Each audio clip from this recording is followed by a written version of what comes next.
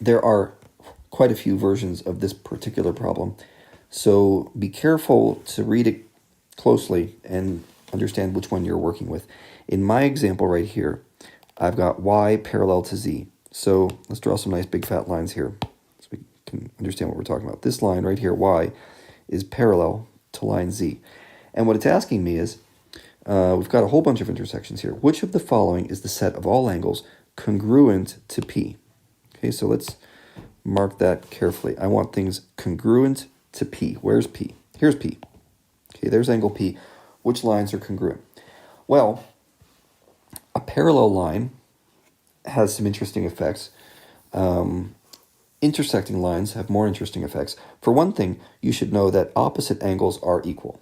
Okay, and that's true for lines that are not parallel or just intersecting, right? Anytime you see an intersection, angles on opposite sides are congruent.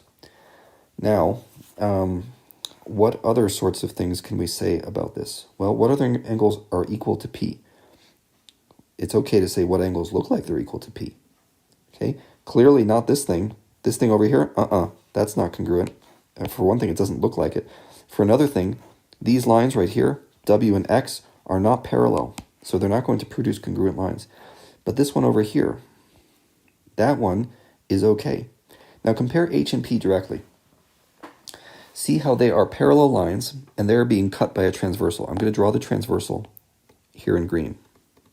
This right here is your transverse line.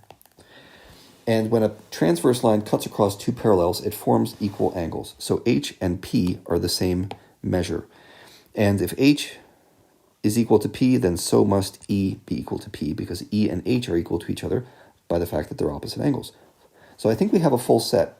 I can't say anything about this side over here because it's not the same line. It's a different line than green.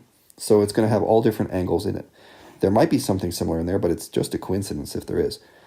All we can say for sure is P, M, E, and H. So as I look over my list here, which are the angles that must be congruent to P? P, M. Oh, it's the following set of all angles that must be. So P is not included. I'm not looking for P. I'm just looking for M, E, H. That's what was giving me trouble. There we go.